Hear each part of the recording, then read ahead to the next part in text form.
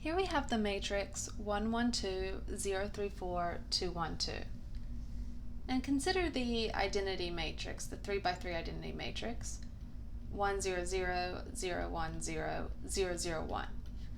Now what happens if I multiply A on the left by the identity matrix? Now remember that this is just the matrix A. Any matrix A times the identity matrix is always the matrix A. Now consider what would happen if I took two of the rows in the identity matrix, let's say row 1 and row 2, and I switched them. So switch row 1 and row 2. And let's call this new matrix that we get by switching these two rows, let's call it E1. So E sub 1. This is going to be 0, 1, 0, 1, 0, 0, 0, 0, 1. And this is what we call a type 1 matrix. And I'm going to multiply A on the left by this matrix E sub 1. What do I get? Well, let's do this matrix multiplication.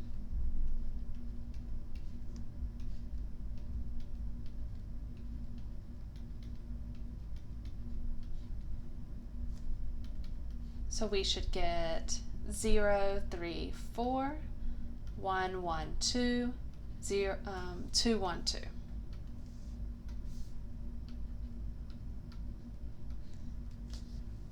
So this was the original matrix A. And compare this new matrix to the matrix A. What's the difference? Notice that we have switched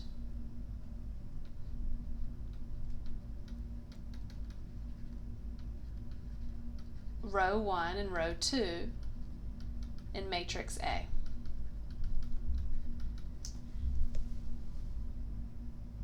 So when we take the identity matrix and we interchange two of the rows, you can choose any two rows to interchange. Here we did row 1 and row 2, but you could switch row 1 and row 3 or row 2 and row 3. What's going to happen is when you multiply it by a matrix, you're going to switch the same rows in that matrix. This brings us to the definition of a type 1 elementary matrix.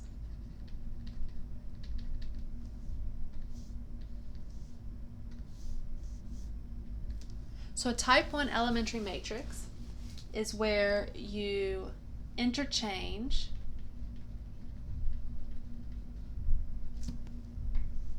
two rows in the identity matrix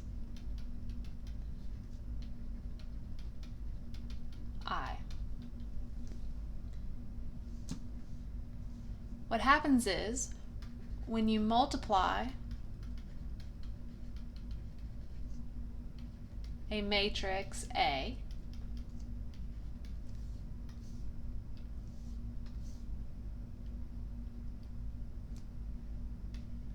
by a type 1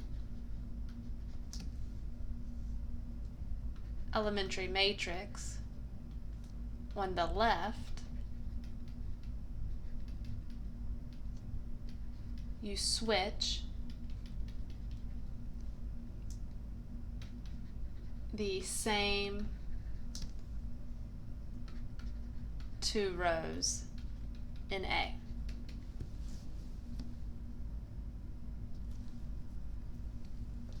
Okay, so another example of a type 1 matrix.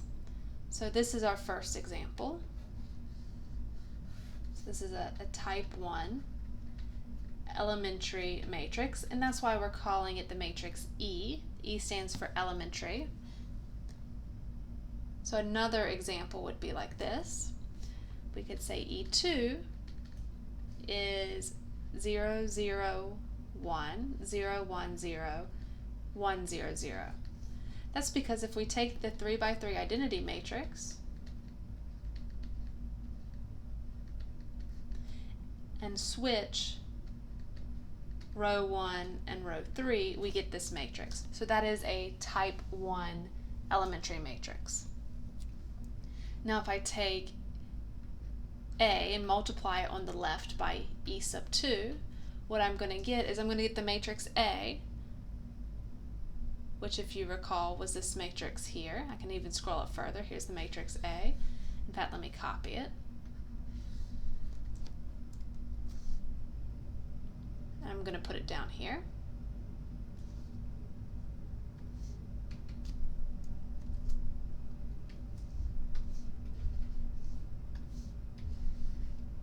What you're going to do is, because you switched row 1 and row 3 in the original matrix, you're going to switch row 1 and row 3 in this A, this matrix A. So 2, 1, 2 and 1, 1, 2.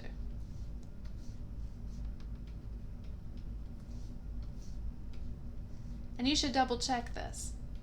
Just as a good exercise, take this matrix E sub 2 and multiply it with A and see if you get this, where you exchange row 1 and row 3. All right. The next type of elementary matrix we're going to see is something called a type 2 elementary matrix.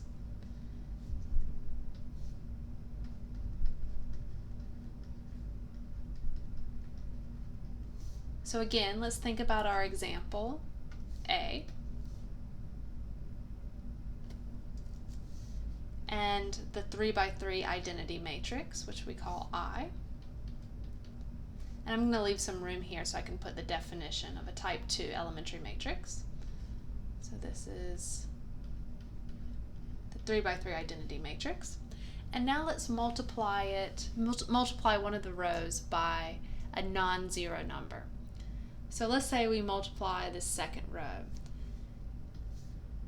So we're going to take 2 times row 2. We're going to call this matrix, we can call it E sub 1. Or you can call it E sub 3 if you want to make a new elementary matrix. So we've already named one of them E sub 1 and another one E sub 2. But I'm just starting over. I'm going to call this one E sub 1. So let's write this matrix. Now take this matrix and multiply it by A and see what you get. Okay, I'm going to do the same thing I did earlier. 1, 0, 0, 0, 2, 0, 0, 0, 1. And our matrix is 1, 1, 2, 0, 3, 4, 2, 1, 2. What's going to happen? Well, we're going to get 1, 1, 2, and then this one is going to double the second row. So we're going to get 0, 6, 8, and then 2, 1, 2. So comparing the matrix A with this new matrix, you can see that the row 2 is multiplied by 2. So this is an example of a type 2 elementary matrix, where you take the identity matrix and you multiply one of the rows by a non-zero number. Let's write this definition down. So a type 2 elementary matrix, this is obtained by multiplying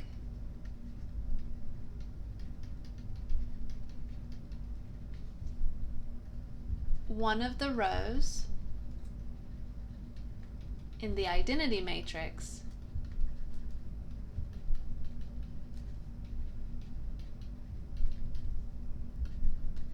by a non-zero number.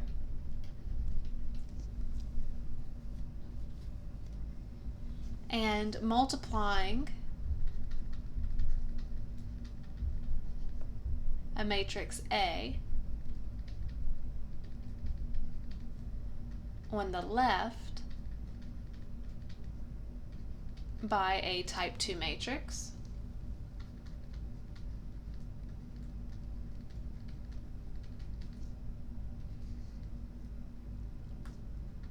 multiplies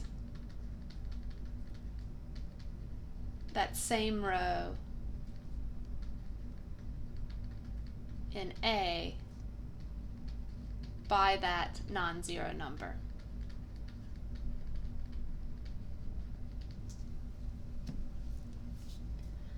So another example of a type 2 matrix, let's call it E sub 2, would look like this. 1 0 0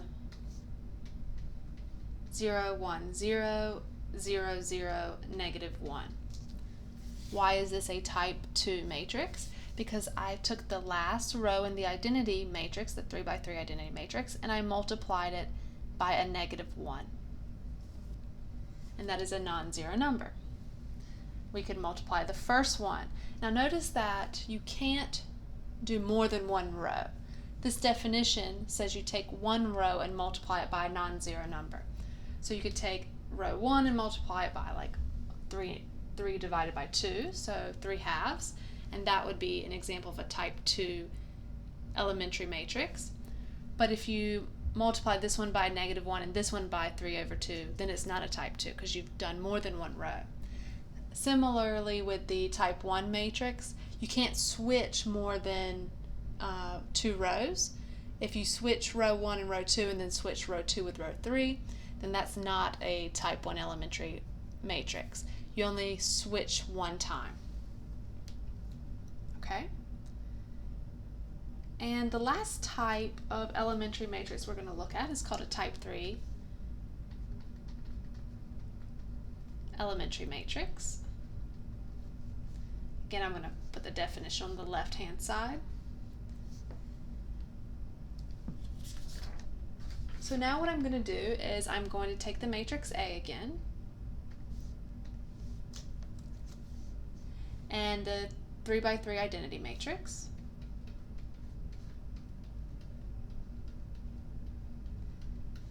And now I'm going to multiply one of the rows by a non-zero number and then add it to another row. So let's say I take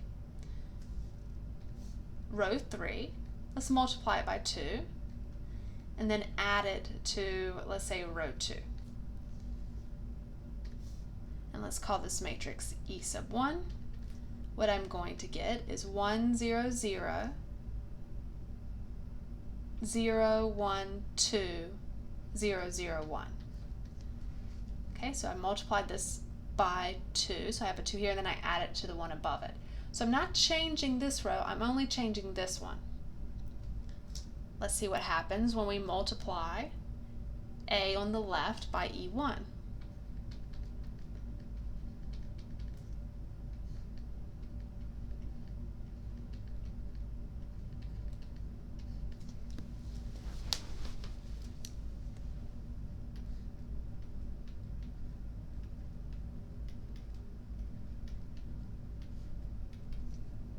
So what do we get? We get 1 1 2. So this says 0 times, I'm actually going to write this out a little bit, make it a little bit bigger. So 1 1 2, 0, 1 times 0 plus 2 times 2. Then I get 3 times 1 plus 2 times 1, and then 4 times 1, put some lines here so we can separate them a little bit. So 4 times 1 plus 2 times 2, and then 2 1 2. So simplifying this a little bit, we get 1 1 2. So what's happening here?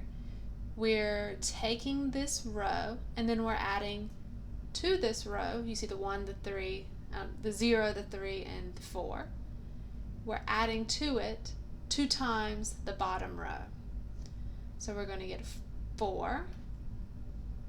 This is a 5 and 8. So when we take the identity matrix and we multiply one of the rows with a non-zero number and then add it to one of the other rows, we do the exact same thing with A when we multiply A on the left by this elementary matrix. So you can see that this is row 2 in A plus 2 times row 3 in A. So this is an example of a type 3 elementary matrix.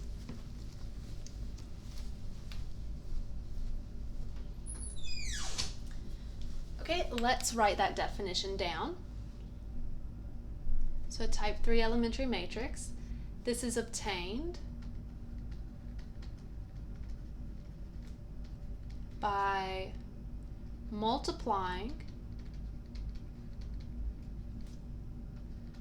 one row by a non-zero constant and adding it. I need to put in here obtained by multiplying one row in the identity matrix, so maybe I can just move this over a little bit. One row in the identity matrix, multiplying it by a non-zero constant and adding that to another row in the identity matrix. So multiplying a matrix A on the left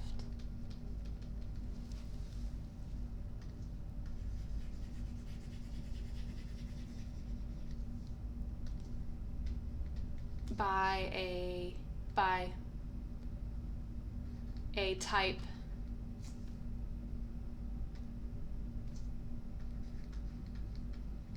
three elementary matrix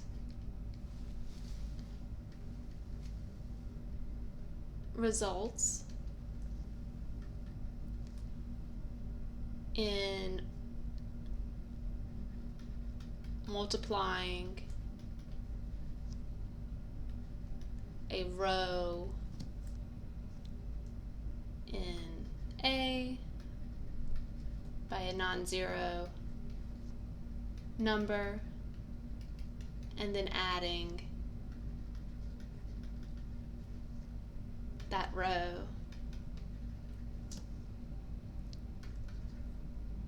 to another row. And the rows correspond to what you did to the identity matrix. Okay, so we have talked about all the different types of elementary matrices. And notice the reason that I'm calling them elementary matrices is because they correspond to the elementary row operations we learned when we try to put a matrix into reduced row echelon form, right? We learned that you could always take a row and multiply it by a non-zero number. You can take a row, multiply it by a non-zero number and add it to another row, and then you can always switch the rows. So that's where we're getting the word elementary in the phrase elementary matrix. Now here I took the 3x3 identity matrix. Now this can go for any size identity matrix. So let's say that the identity matrix looked like this. It was a 4x4 identity matrix.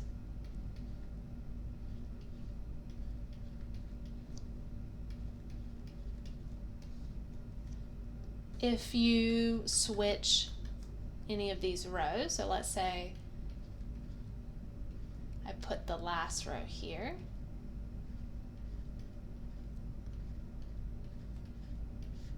and the second row and where the last row was, then this is a type 1 elementary matrix, okay? So we've just switched two rows. If instead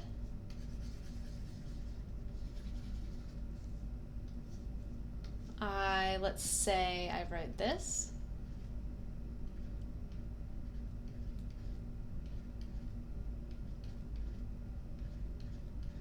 this is a 1. Let's make that a little bit prettier. Here I've multiplied this by 4. So then E1 is a type 2 elementary matrix.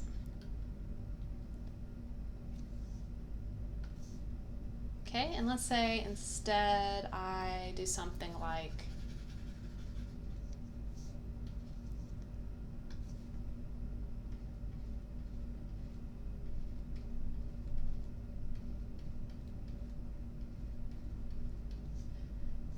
that. And you can see that this is a type 3 elementary matrix because all I did was I added row 2 to row 3.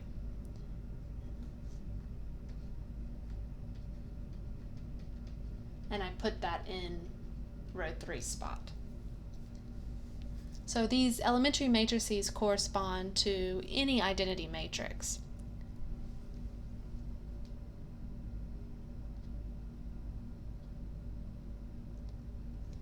All right, the next thing we're going to talk about is when two matrices are row equivalent. So we say that a matrix B is row equivalent to a matrix A if there exists a finite sequence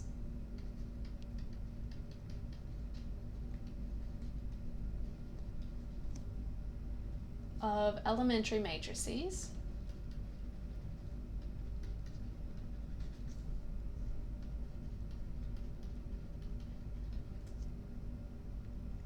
such that B is equal to EK times EK minus 1 times